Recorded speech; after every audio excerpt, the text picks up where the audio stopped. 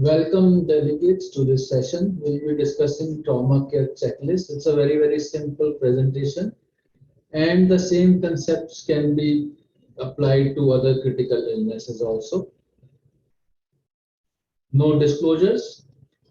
First of all, we have to understand critical care is a very complex field, and if we do not follow checklists and algorithms, we are bound to fail. There are 100 things when we miss a few items out of the list. So checklist in trauma is a very important because there is too much of data. It's a dynamic situation, and the risk of missing on things are more, especially if you are not a designated trauma center and you have critical trauma once in a while. The chances of missing a disease or condition are even higher. So checklist is an algorithmic listing of actions to be performed in a given clinical settings. Okay, so this is an algorithm 1, 2, 3, 4, 5. Listing of actions means you have to do it to be performed in a clinical setting, given clinical setting. So there could be different checklists for different practices. For infection control, it will be different. For airway, it will be different. For trauma, it is different. However, the goal is to ensure that no step is forgotten. Each step is very important, and each step has its own significance in saving life in trauma. So we should not forget even a single step. The value of medical checklist lies in the concise consolidation of a considered body of knowledge in one simple document. So there is a huge amount of evidence in this checklist, but it is this knowledge is quite complex and the chances of forgetting a step is more. That is why we have concised everything in a checklist format, so we do not miss any important step. So why are we discussing trauma care checklist? This is a WHO checklist which was released a few years back. For whom? Who should do this trauma care checklist? It is for all healthcare providers. It could be a nurse, it could be a doctor, it could be an EMT, anyone. Why? Because we do not want to miss any life-threatening or not very life-threatening injury.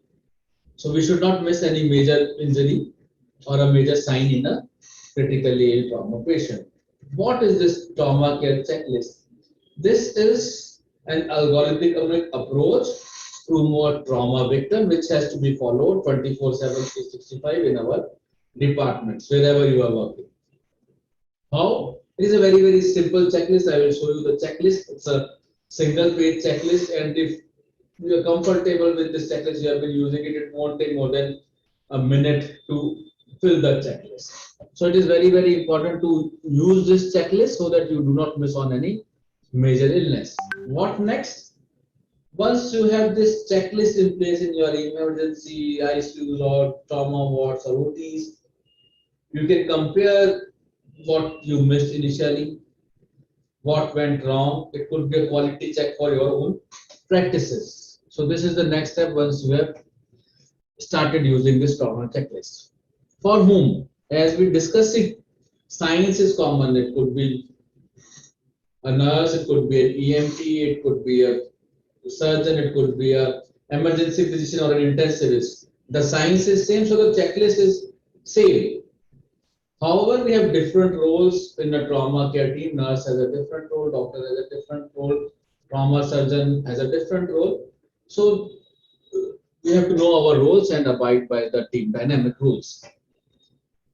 Trauma was for a long time thought to be a surgical specialty, but this was a myth, and most of the trauma interventions are non-surgical. Trauma is occasionally a surgical disease, and we should know when a surgical intervention is needed. And this checklist will help you understand when a surgical checklist will be needed, surgical intervention will be needed. In 2008, the American College of Surgeons abandoned its traditional assertion that trauma is a surgical disease, tactically acknowledging the largely non-cooperative nature of modern trauma care. So most of the trauma care is medical and it is basic science. And if you use this checklist, your life will be easy, you will improve the patient care also. We all know there are three phases: resuscitative phase, which is generally pre-hospital or in the emergency; workup phase in the emergency or it could be in the OT, depending on the site of care, which is by the team of doctors. The workup is done, but again, it's a teamwork and every member is important. Then inpatient phase, when the patient has been given the definitive management, surgical or non-surgical, and the patient lands in ICU, it is an inpatient phase. There is a lot of overlap between each of these phases, and some phases could be ongoing till inpatient phase. Resuscitation could be ongoing for a few days. Emergencies occur everywhere, and each day they consume resources, regardless of whether they are systems capable of achieving good outcomes. So, we are already overwhelmed most of the time in our emergencies or ICUs. This checklist, in fact, eases our work. Do not take checklist as burden. It is to ease our work. It is to avoid major misses. It is to have a common language we speak amongst nurse, doctor, surgeon, intensivist, emergency physician. So it's a common platform and life becomes easy with this. Guidelines for essential trauma care have been updated from time to time. The care process will differ from outpatient facility, pre-hospital care, a general hospital to a specialty hospital, a trauma hospital. So the care process will be changing, but the basics will remain the same. Why this checklist? Why in particular trauma care checklist? Whatever we do, we have to save lives. And if the trauma patient is not getting the right intervention in time, you can get confused. Morbidity and mortality can be increased. But if you catch these signs early, the chances of right intervention done in a timely manner are increased. And this applies to all the critical illnesses. A stitch in time saves nine. So you have to identify as a nurse, you have to pick these signs early, the red flags early, and inform your clinician or do the right intervention yourself. RTA, road traffic accident, is a very common incidence in India, and India is the world capital of RTA, and we see the maximum number of world trauma deaths. Every year, 142,000, 142,000 deaths are recorded, and a huge number goes unrecorded. Trauma kills a huge majority of our young population, and not only it kills, it debilitates them, especially head injury, spine injury, often leading to lifelong disabilities. The patient is unable to work because of physical or mental disability. Families also suffer not only physically, emotionally, but financially also. So we are the world leader in trauma deaths. Trauma principles applies to whatever is the mechanism. It could be a road traffic accident, it could be a fall, it could be self-inflicted injury, it could be a violence between groups or persons. However, as road traffic accidents are high velocity accidents, the mortality is and morbidity is much more in road traffic accident as compared, and the younger population suffers much more in a road traffic accident. This is the black line for road traffic. Whereas for falls, even the elderly population is a major sufferer. This is for falls. So what is there in this checklist? We have understood trauma is a pandemic in India which is ongoing for last 30-40 years. Road traffic accident, industrial trauma, self-inflicted violence and whatnot. Every 5 seconds someone in the world dies as a result of an injury. So you can understand the magnitude of this problem. Looking at this all and looking for a simplistic approach, this World Trauma Congress was held in India in 2016, and WHO released these guidelines for trauma management in 2016 in New Delhi. This is Vigyan Bhavan, where the then health minister released these guidelines. we need to know why these guidelines are required. We have understood injury kills much more patients than this infectious disease. Timely emergency care can save lives. The WHO Trauma Care Checklist is a simple tool designed for use in emergency units that emphasizes the key life-saving elements of initial trauma care. So this checklist, as we will well in detail, is very simple, and we are not trying to discuss rocket science. These are simple interventions which have to be done. It has a systematic approach to every injured person, ensures that life-saving interventions are performed and that no life-threatening conditions are missed. We cannot miss any life-threatening condition, which is the aim of primary survey also. The checklist reviews key actions at two critical points: immediately after the primary and secondary surveys, and before the team leaves the patient's bedside. So these are two important points in the journey of patient of a trauma victim.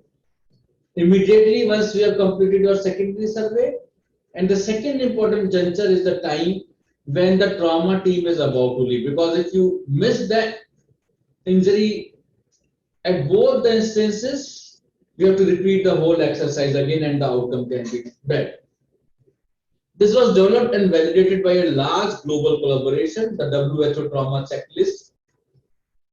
This checklist is appropriate for use in any emergency care setting, small or big, PHC or a high-end trauma center, corporate or government, any center wherever you are, emergency, OPD, wherever you see a trauma victim, and can be easily adapted to local context.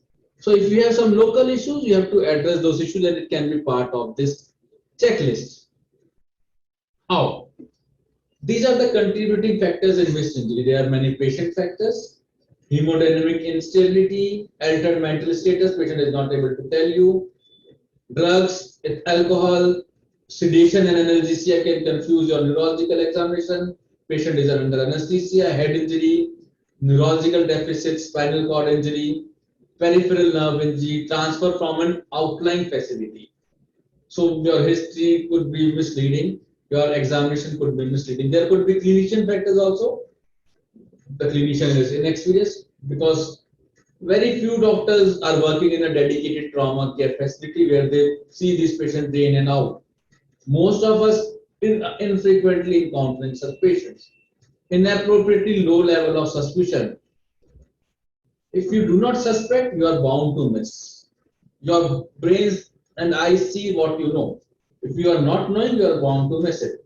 Radiological error, too much overemphasis on radiology, delay in radiology, failure to obtain a study, inadequate films, you have not done the right study, misinterpretation of the studies, there could be technical errors, multiple patients like a mass casualty incident, admission to inappropriate service. I'll give you an example. If a patient who has trauma, abdominal trauma, is admitted to a say gastroenterologist who are not trained to see trauma, they can miss on the. So if he's admitted in the general surgeon, trauma surgeon, or a GI surgeon, will not miss. So now we'll go into the checklist proper. What is the first component? The first component, as in any other primary survey, is A. A is for airway. Is further airway intervention needed? If your answer as a nurse is yes and the airway is not in place, you have to poke your doctor. This patient needs intubation, this patient needs intubation. You have to be behind his line. When is further airway intervention needed? If the GCS is low, less than 8, patient is hypoxemic or hypercarbonic, patient is in respiratory distress, whatever is the reason, face, neck, chest, or any severe trauma like there is an expanding hematoma in the neck, there is laryngeal injury. So if you think about it, you have to alert your doctor that this patient needs further airway intervention. If you missed on airway intervention, the patient can obviously die. Second is there a tension pneumohemothorax? What is tension pneumohemothorax? When blood or air is collected on one side or both sides and it is under tension, means the pressure is high. We cannot mince tension pneumothorax because it will kill the patient immediately. You can suspect tension pneumohemothorax based on clinical findings. Trachea is shifted to other side. Any polytrauma patient you have to otherwise also suspect. कौन है?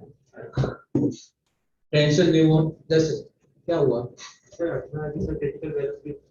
हाँ मुझे पता है. Doctor Neeraj को बता दो जब मैं फोन उठा रहा था. Sorry. If there is a tension pneumohemothorax, is the chest drain placed? So you have to look at the patient, you have to look at the clinical findings, you have to examine the patient. As a nurse also you should examine the patient always. If you suspect a tension pneumohemothorax, is the chest drain placed? Is the pulse oximeter placed and functional? Again, this is a common error. The pulse oximeter in an ICU or an ETCO to the patient is intubated should always be functional. It should not be disconnected for whatever reason, for transfer from bed to stretcher or for back care. You should not disconnect. This is a very wrong habit, and most of the places it is happening. Large bore IV access in place and food started. Do not put 20 gauge, 22 gauge IV cannulas for trauma, and for any critically ill patient, at least 18. For trauma, you have to put 14 or 16 gauge cannula. Large bore IV access should be placed and fluid should be started. If yes, you tick yes. If no, you write not indicated or not available, whatever is the reason.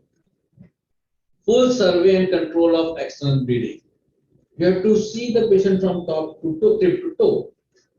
Start from the scalp and do a thorough examination. Scalp, head and neck, shoulders, chest, abdomen, both upper limbs, perineum, both lower limbs, till the heel. You start from the occiput and go till the heel. If you do not do a thorough examination, you are going to miss an injury. Scalp, perineum, and back are the areas where the injuries are commonly missed. So be thorough with your clinical examination. You have to assess a polytrauma victim for pelvic fracture. It could be just by compression or dissection. It could be just visible because of the disfigurement of pelvic area, or an X-ray or CT if it is needed. You get it done. Pelvic X-ray, neck X-ray, and chest X-ray are part of primary survey. Assessment for internal bleeding. How do you assess for internal bleeding? It could be by vital signs, tachycardia, patient is pale, patient is obviously bleeding. Examination, there is tenderness, there is decreased entry on the chest. Ultrasound is must. CT, diagnostic peritoneal lavage. But do not push the patient to CT if the patient is unstable. It becomes circle of death. Patient is going CT or CT to save his life. So just do not push unstable patients for CT. You are not going to gain anything, and patient can die in the CT. Is spinal immobilization needed? You have to assess yes, done, or not indicated. Neurovascular status of all four limbs have to be checked. Remember, we have four limbs: two upper limbs, two lower limbs. How do you check neurovascular status? Ask the patient to move all four limbs and see that, and look for pulses in each limb. So you have to check for neurovascular integrity of all four limbs. Is the patient hypothermic? Yes. If yes, warming is started. If no, it's okay.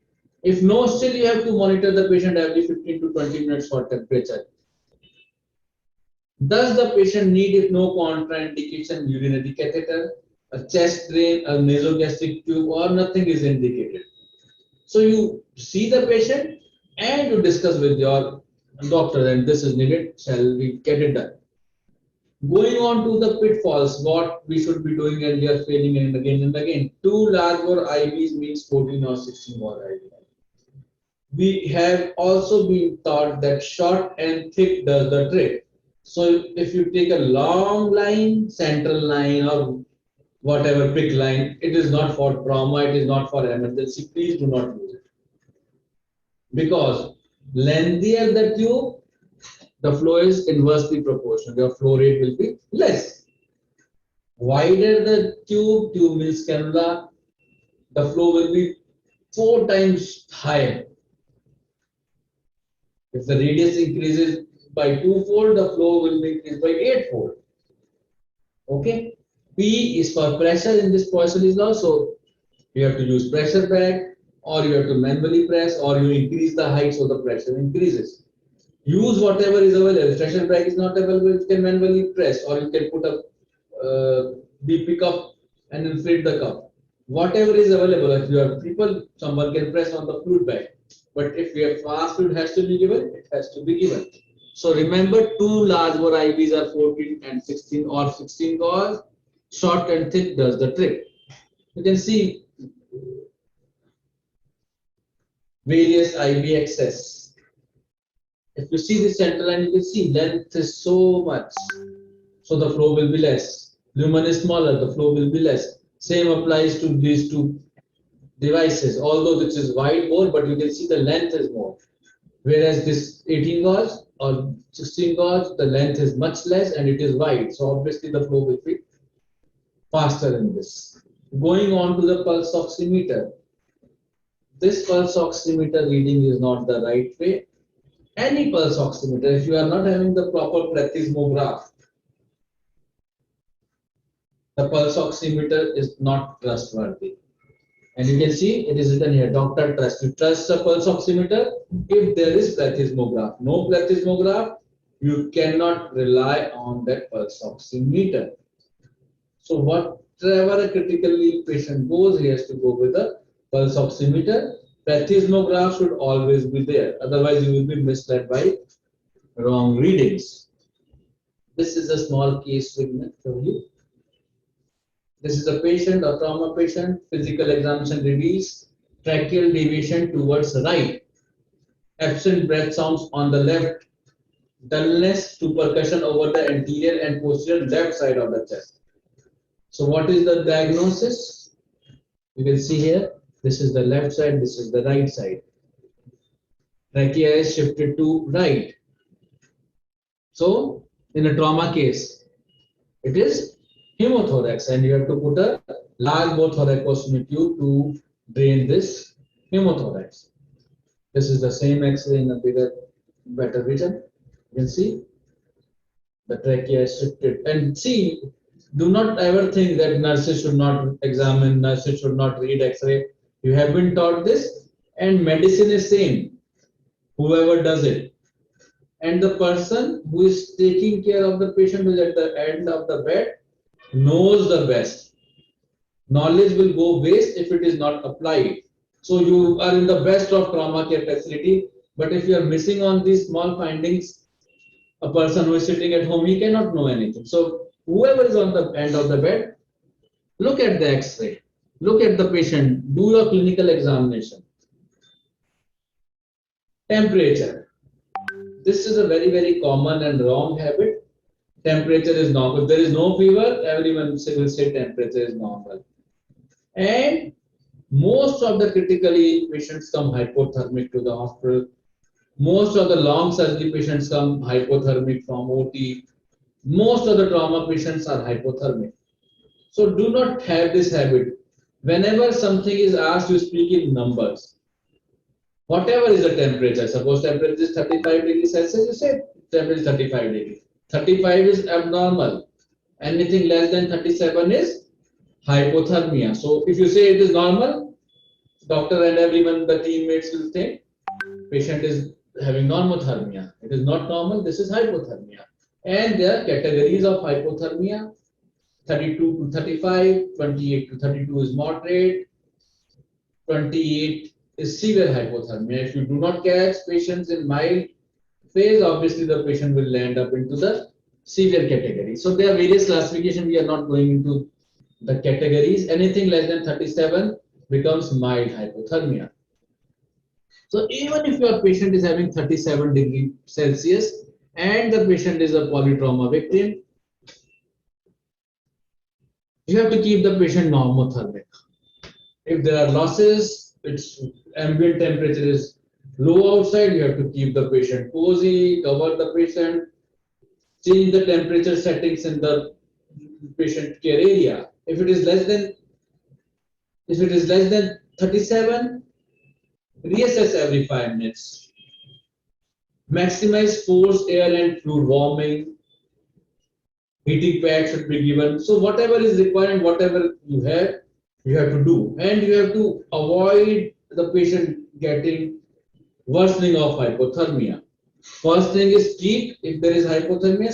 Second thing is obviously avoid. Third thing is reassess from time to time. The patient should not get more hypothermia. You all know this deadly triad of trauma, coagulopathy, acidosis, and hypothermia. Everything will fuel each other, and the patient will can die. So this was the first part of the trauma checklist. Now,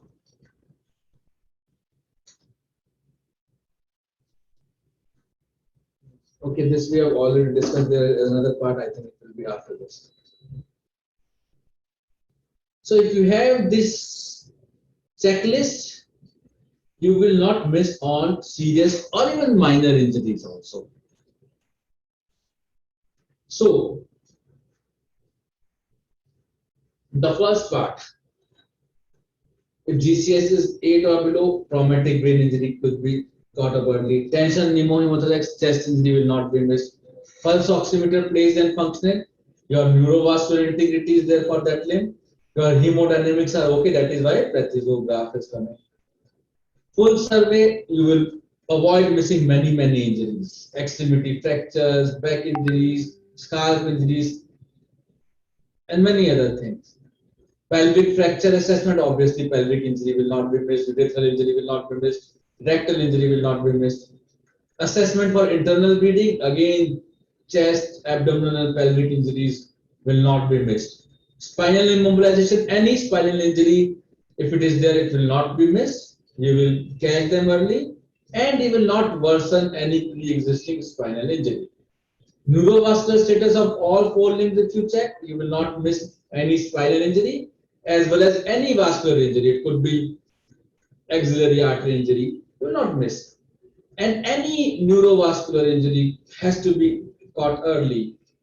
If your limb is not working, upper limb, you can catch the brachial plexus injury early. Otherwise, these are difficult injuries to catch up in the hustle bustle of emergency.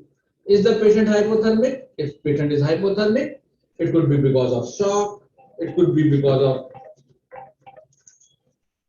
of many other factors. You are getting fast, cold saline, and ambient temperature is low. So you can have a control of not only on patient factors, clinician factors, your error rate will be lesser, and the external factors will also be controlled. Now, before the trauma leaves the patient, you have to again follow the checklist. This is a one-page checklist. I will show you this checklist if it is visible to everyone. This is a small one-page checklist which should be in all the patient record. You put a patient sticker and make it the part of the patient record. Now, before the trauma team leaves the patient, has the patient been given tetanus vaccine? Tick. Often missed. All the centers. Just think and question yourself: have you missed? Yes, we all have missed. I have missed. Antibiotics, if it is indicated, has it been given? Analgesics, pain assessment and pain control are vital. We have to, as per NABH, as per WHO, patient has a right to be pain free. So you have to assess, document, and give the right analgesia. If nothing is indicated, you put a tick mark. Now, suppose a patient is complaining of acute abdominal pain after 4 hours. You can get a hint towards injury. So this checklist talks beyond these simple interventions. It will help you diagnose some injuries. Have all tests and imaging been reviewed? Obviously, this will differ from patient to patient, but you discuss amongst yourself, your teammates, and your trauma surgeon or the intensivist or emergency physician. Do you need any other tests before the trauma team leaves? So the team will discuss and say, yes, this test is indicated. No, follow-up plan in place. Another question to be asked, which serial examinations are needed? Some patients obviously need serial examinations. So neurological examination, if it is a head injury patient, obviously neurological examination has to be done serially. Abdominal examination, abdominal girth, intra-abdominal pressure. Vascular, is the flow okay? Is the pulse oximeter flow coming? Is there any vascular injury? What blood pressure targets are there? So you have to ask the trauma team what serial examinations are needed. Plan of care, has it been discussed with patient and family? Patient is forgotten. We only know his number, his bed number, his numbers, blood pressure, vitals, hemoglobin. But patient and his family are often forgotten. So tell the patient that this is the injury and this is our expectation, you will be here, and communicate the same to the family. Plan of care has to be discussed with the primary team also. You have to appraise the primary physician or surgeon. Receiving unit, if the patient is being transferred from emergency to ICU or OT, you have to tell that particular person on duty there that this is these are the details of the patient and other specialists. Suppose a vascular surgery reference has been given, so you have to tell what all findings are there and document in this checklist. What will happen? The vascular surgeon will come to the emergency, no patient, he will presume something and go away. If you have communicated to the receiving unit, obviously they will also be in loop with this vascular surgeon. Relevant trauma chart or form completed. It could be medical legal, it could be trauma survey as per the local guidelines, it could be other checklists. Have these checklists and trauma charts forms filled, or it is not needed or not available depending on the patients. So this is what we have to do before the team leaves the patient. The first list which we discussed was immediately after primary or secondary survey, and this is before the trauma team leaves the patient. So this is the final opportunity you have. You can discuss with the family, you can discuss with various specialists which are involved in the patient care. So what next? Good checklists are precise and concise. That is why this is a very small checklist. 60 seconds to fill this checklist.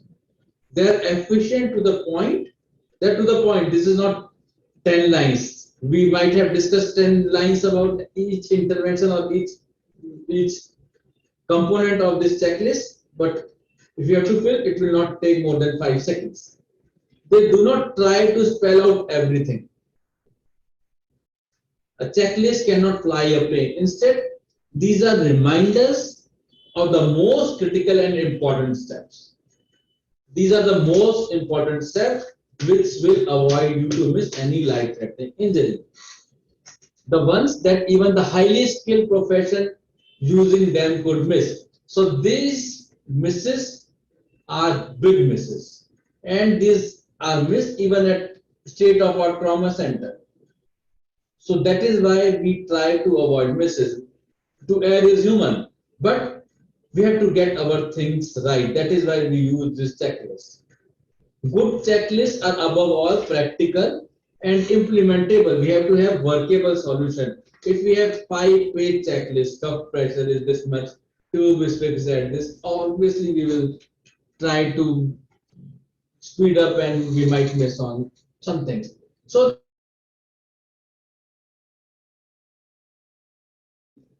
ACLS, it is there in every aspect of medicine and goes beyond medicine. Ideas are easy, but implementation is hard. So we have to have solutions which work easy. Summarizing the talk, we need checklists whenever the care is complex. We need trauma checklists to avoid missing on serious life-threatening injuries. After your primary and secondary survey, you have to complete this first part of the WHO trauma checklist, and before the trauma team is leaving, you have to complete this second part. This is a one-page checklist, easily applicable, and you can modify this checklist for your critical care patients also. So my suggestion, if you are not following it, start following it, push your doctors, your administrators to follow, and you will see a sea change in your trauma care outcomes at your center. Just a second, I will try to show the checklist only after this. One second. Just a second.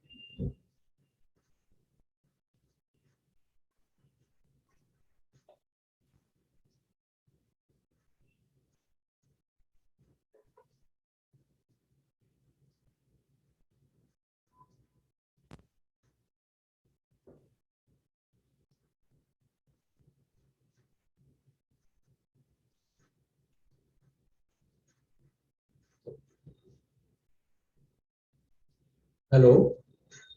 Hello. Yes, sir. Yeah. Can you see my screen? No, sir, we can't Uh, see. uh, You need to stop sharing this, sir, first. Yeah. I'm not able to find my Zoom. Okay, yeah.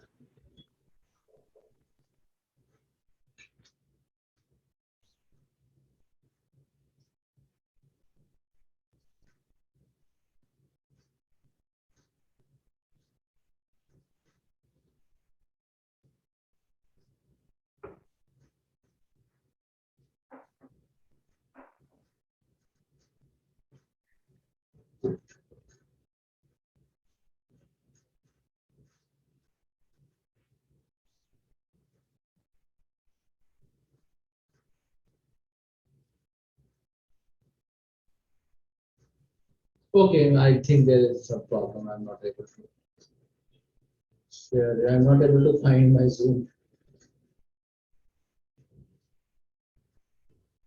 Okay. Has Dr. Vinod sir joined? Yes. Can you hear me? Sir, yes, sir. Good afternoon. Yes. So that is it from my side, sir.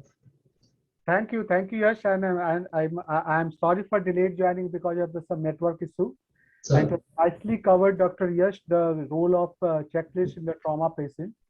Trauma itself is a quite complex situation, and we all know that whenever you are managing a very complex situation, the checklist is the way it makes you easy and also has got an impact on the management and survival of the patient.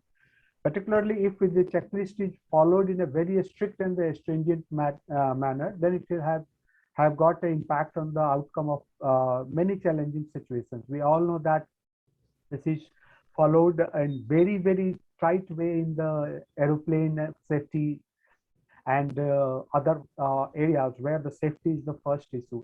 And trauma, as you know that there are many things which has to be done in a very set manners, and not much changes in that. And we know the how we evaluate the patient of trauma, that means A, B, C, D. And if we go through the checklist and evaluation of the trauma in such way, it has got impact on the survival and the outcome of trauma patient, and also for our nurses and for our staff who are caring the trauma patient, it will be easy for them to follow also.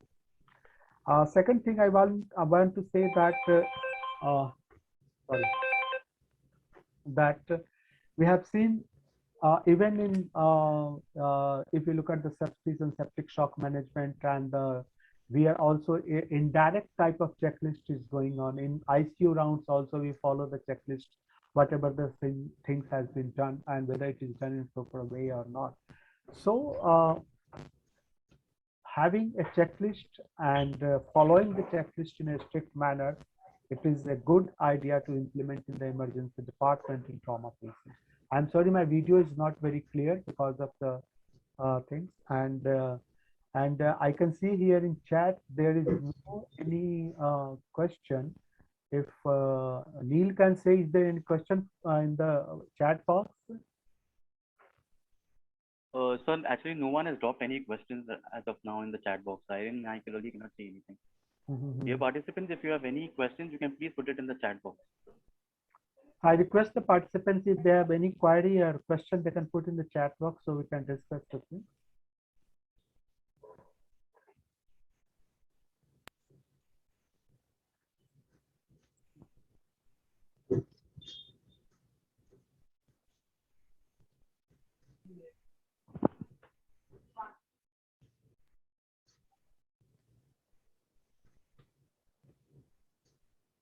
Okay, sir, there is one question from Dr. Timothy. Dr. Yash, there is one question in the chat box. Is there any time target for this? See, yes, for the first component, once your primary and secondary survey is over, we have to do this. And for the second part of this checklist, we have to do before the trauma team leaves. But what we do, what we did at our hospitals, whenever we have a new patient coming to our ward or going from our ward, we use this checklist. Suppose a patient is going from our ICU to an OT, we use this checklist. Can you keep it near the camera? Yes, sir, I'm just doing it, sir. Yeah. Just slightly near to the camera.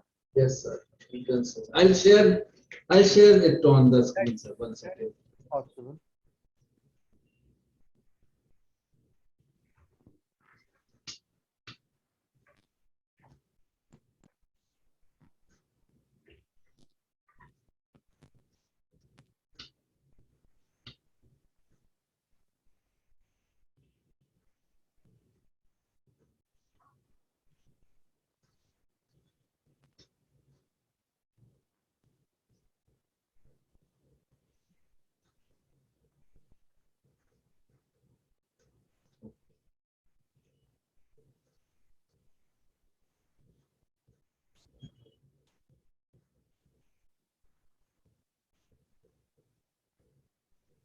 It's not getting shared, Yash. Just a second. Just a second. Yeah. Now it will come.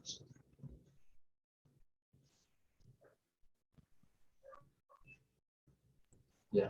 So this, sir, can you see, sir? Yes, now I can see it. Yes. So this part of the checklist, once your primary and secondary survey is over. So if it is an emergency, once your survey is over, you do it. But what we should do it, we have to do this checklist in our care areas. We have a new trauma patient. Once you receive, you again do your primary and secondary survey, then fill the checklist. If this patient is going out of your care area, again you do this checklist and follow. What we have seen, what happens, it is done once only. See, trauma care is dynamic and it could, for critically trauma patient, it could be 24 to 48 hours when you are searching for injuries, when resuscitation is going on. So vertical findings are not beneficial. You have to look at patient horizontally and in a dynamic way. So whenever you come to your duty, you can do this checklist, but generally from a broader point of view, once your primary and secondary survey is over, you do this checklist, and before the trauma team is leaving the patient, you do this checklist, second part of the checklist. And you can see this is a very easy thing to do, no big deal. Very easy to implement in the emergency. Yeah. Just you have to read and take part. Hello? Yes, sir. Yeah, somebody has raised the hand. Bishop, okay, so you can unmute yourself and ask the question if anybody is raising the hand.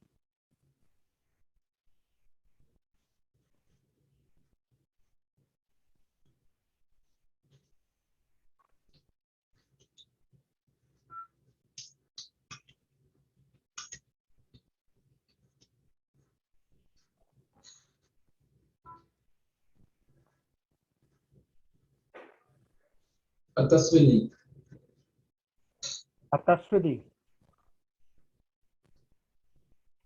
You can unmute your mic and Yeah. Yeah, you can unmute your mic and you can ask the question.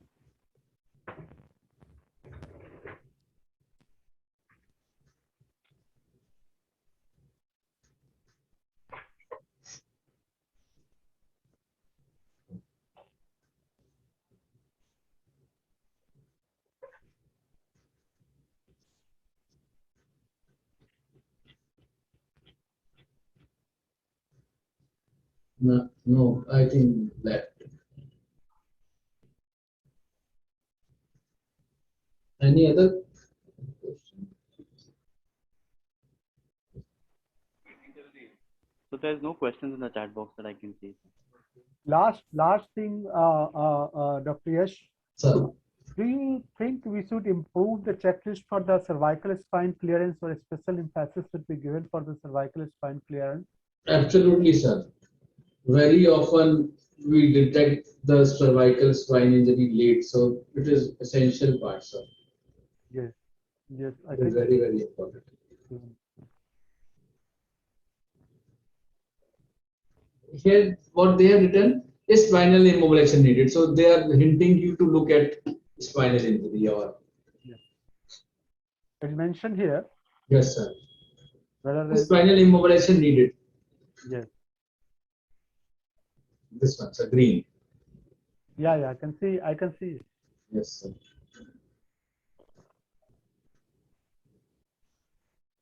And then again, which serial examinations are needed? Again, if there is any component of have all tests and imaging. So it is prompting you. If we still miss after applying this checklist, then it's a big miss actually. And we are trained on multiple levels if we still miss on any injury after using this checklist.